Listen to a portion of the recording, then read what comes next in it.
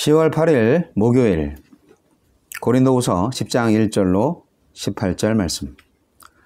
너희를 대면하면 유순하고 떠나 있으면 너희에 대하여 담대한 나 바울은 이제 그리스도의 온유와 관용으로 친히 너희를 권하고 또한 우리를 육신에 따라 행하는 자로 여기는 자들에 대하여 내가 담대히 대하는 것 같이 너희와 함께 있을 때 나로 하여금 이 담대한 태도로 대하지 않게 하기를 구하노라.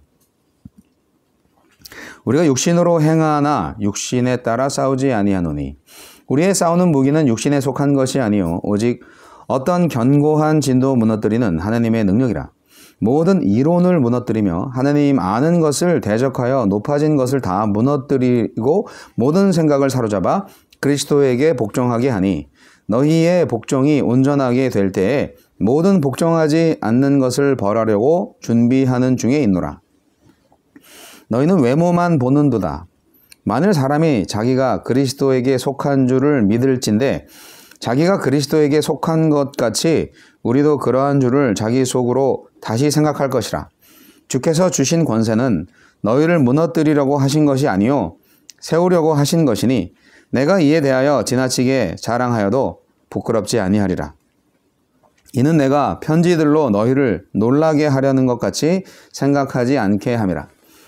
그들의 말이 그의 편지들은 무게가 있고 힘이 있으나 그가 몸으로 대할 때는 약하고 그 말도 시원하지 않다 하니 이런 사람은 우리가 떠나 있을 때에 편지들로 말하는 것과 함께 있을 때 행하는 일이 같은 것임을 알지라. 우리는 자기를 칭찬하는 어떤 자와 더불어 감히 짝하며 비교할 수 없노라. 그러나 그들이 자기로서 자기를 헤아리고 자기로서 자기를 비교하니 지혜가 없도다. 그러나 우리는 분수 이상의 자랑을 하지 않고 오직 하나님이 우리에게 나누어 주신 그 범위의 한계를 따라 하노니 곧 너희에게까지 이른 것이라. 우리가 너희에게 미치지 못할 자로서 스스로 지나쳐 나아간 것이 아니요 그리스도의 복음으로 너희에게까지 이른 것이라. 우리는 남의 수고를 가지고 분수 이상의 자랑을 하는 것이 아니라 오직 너희 믿음이 자랄수록 우리의 규범을 따라 너희 가운데서 더 풍성하여지기를 바라노라. 이는 남의 규범으로 이루어 놓은 것으로 자랑하지 아니하고 너희 지역을 넘어 복음을 전하려 함이라. 자랑하는 자는 주 안에서 자랑할지니라. 옳다 인정함을 받는 자는 자기를 칭찬하는 자가 아니요 오직 주께서 칭찬하시는 자니라. 주 안에서 자랑하라. 바울은 자신을 외모로 평가하고 그의 권위를 비난하는 이들을 책망하며 참된 권위와 자랑이 무엇인지 설명합니다. 우리에게 주시는 교훈은 무엇입니까? 1절로 2절. 세상 기준으로 판단하는 이들이 바울을 소심한 겁쟁이라 비하합니다. 얼굴을 마주할 때는 유순한 양 같은데 떠나 있으면 강경한 사자처럼 군다는 것입니다. 힘과 용기를 미덕으로 삼는 이들에게 온유와 관용은 나약함이고 성공과 명예를 중시하는 이들에게 고난은 실패의 증거일 뿐입니다. 강자에게 굴복하고 약자에게 담대한 이들이 그리스도의 십자가가 보여주는 참된 용기와 진정한 사랑을 깨닫지 못하는 것은 당연합니다. 나는 누구에게 담대하고 누구를 향해 온유하고 겸손한 태도를 가집니까? 3절 6절. 바울의 전선은 육신에 있지 않습니다. 그의 싸움은 하느님을 대적하여 높아진 모든 지식과 이론과 사상에 대항하는 일입니다. 그러므로 그의 무기도 세상 지식과 힘 권력이 아니라 하느님을 아는 지식, 능력이죠. 온전히 갖추는 것입니다. 그는 이 무기로 모든 생각을 그리스도께 복종케 하고 복종하지 않는 대적들을 벌할 것이라 예고합니다. 하느님을 대적하는 세상 지식에 굴복하지 않을 만큼 나는 말씀으로 충분히 무장하고 있습니까? 7절로 11절. 외모로 판단하는 이들은 바울을 형편없는 설교자로 혹평했습니다. 그들은 자신이 세운 기준으로 자신을 판단할 뿐 아니라 남과 비교하면서 자신을 높이고 자랑했습니다. 고린도 교회는 그들의 말에 미혹되어 바울을 비교하며 판단했습니다. 바울은 그들을 책망하면서 그들이 그리스도 안에 있는 것처럼 바울도 그리스도 안에 있는 지체로 여기라고 말합니다. 교회 사역자를 그리스도 안에서 가족으로 생각한다면 그를 세상 기준으로 비교하고 판단하지 않을 것입니다. 사역자뿐 아니라 공동체의 모든 지체가 가족이며 서로 사랑해야 할 대상입니다. 12절로 18절. 자신을 천거하고 자랑하는 이들의 목적은 사람들의 칭찬을 받는 것입니다. 그러나 하느님의 평가를 받을 사역자들이 자기 기준으로 자신을 평가하고 다른 이들과 비교하며 우쭐해하는 것은 매우 어리석은 일입니다. 바울은 분수를 넘지 않고 하느님이 맡기신 일의 분량을 잘 감당하여 하느님께 칭찬받기를 바랍니다. 사람의 칭찬을 바라느라 나의 직무를 넘어선 일과 또 그 일에 과도한 열정을 쏟고 있지 않은지 돌아보시기 바랍니다. 공동체의 기도. 사람을 외모로 평가하지 않고 주 안에서 한 가족으로 대하게 하소서. 아멘. 온유한 게 나약한 게 아니죠. 온유한 거는 정말 외유내강, 정말 강한 사람이 온유할 수 있는 거죠.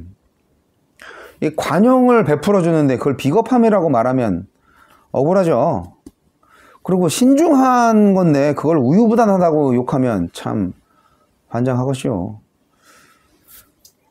자, 그게 이제 이 고린도 교회 사람들이 그 거짓 사도들한테 낚여가지고 바울을 그렇게 비교하고 자신들을 세워주고 누구보다도 자신을 사랑하는 그 사도 바울을 멸시하기까지 하고 그런 일이 벌어진다면 이건 참 너무한 거 아닙니까?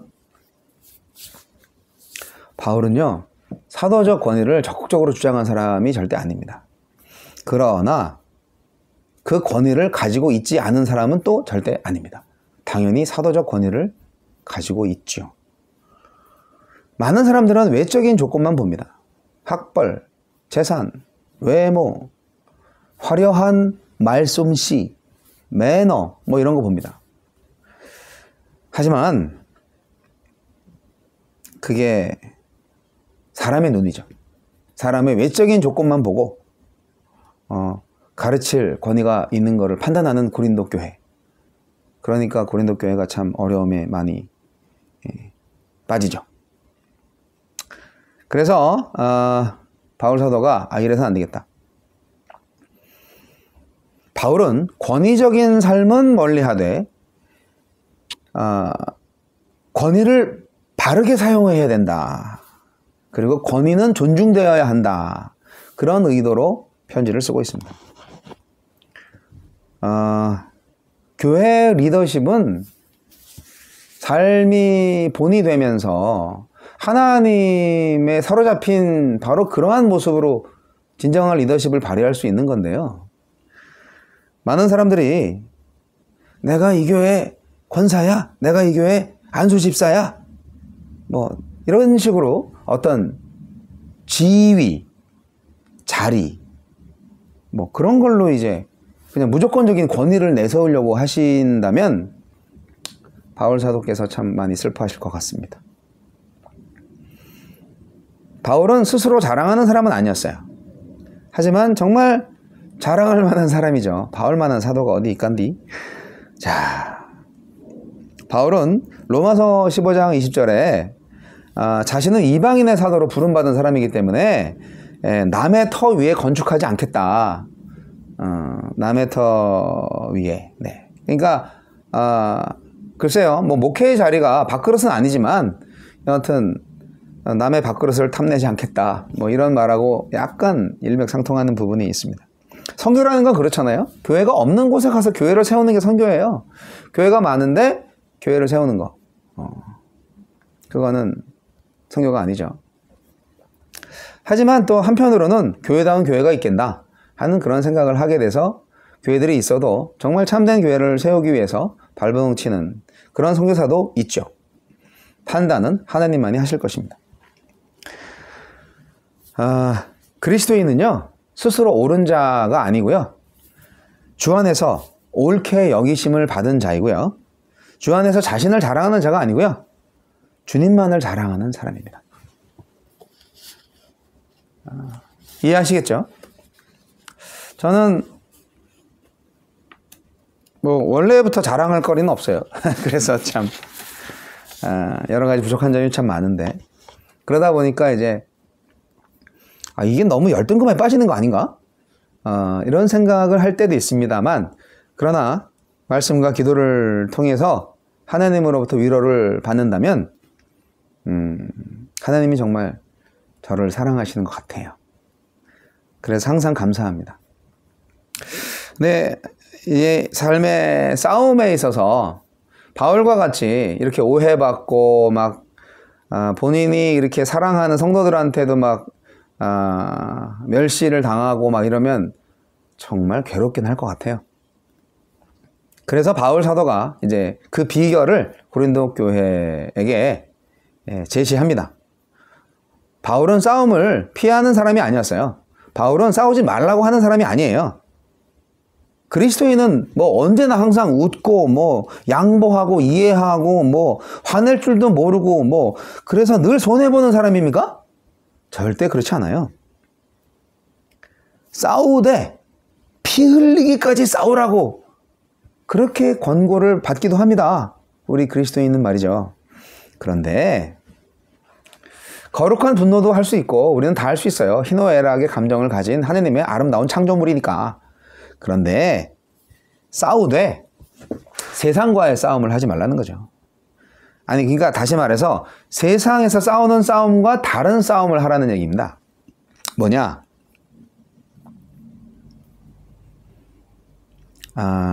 영적인 싸움이죠. 네. 혈과 육으로 싸우는 게 아니죠. 바울은 성도들한테 그 너무 외적인 조건만 보고 가르칠 자의 자격을 따지지 말고 그 사람의 내적인 본질의 모습을 좀 보고 그분이 하느님의 사람인지를 판단하셔야지요. 그렇게 권고하고 있습니다. 공동체의 질서에는 권위가 반드시 필요합니다. 그 권위는 영적인 권위고요. 권위는 예수님처럼 섬김의 리더십으로 나오고 영적 리더십으로 나오는 것입니다. 인간적인 학식이나 지위나 재산이나 이 모든 인간적인 기준으로 판단할 수 있는 그런 걸로 권위가 나오는 게 아닙니다. 바울은 본질을 추구했습니다. 그래서 상황에 따라서 달리 행동하면서도 일관성을 보일 수 있었죠. 그래서 참 저는 바울을 존경하고 사랑하는데 사람들은 자꾸 바뀌어요. 그리고 이게 정말 목숨 걸고 지켜야 할 본질적인 교리라고 생각하고 막 그렇게 해요.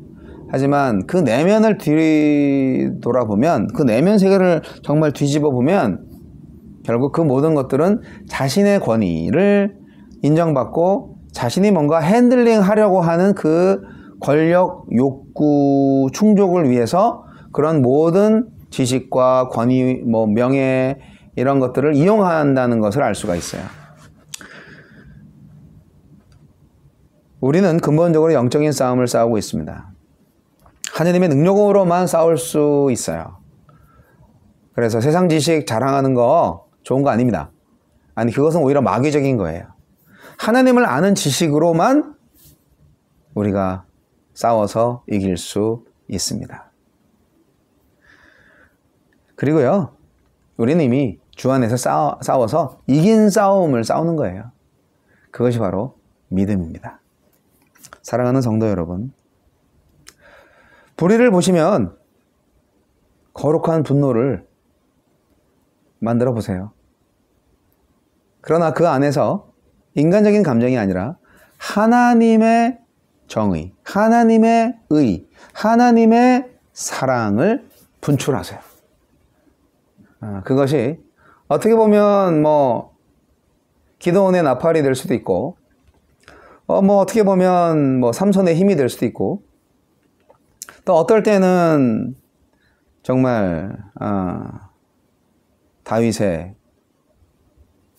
이 찬양의 어떤 영적 파워, 소년 다윗 시대, 그리고 나중에 그야말로 골리앗의 칼을 휘두르면서 광야에서 많은 적들을 깨부시는 그러한 실제적인 칼이 될 수도 있고 또 어떨 때는 예수 그리스도의 십자가의 희생적 죽음이 될 수도 있습니다.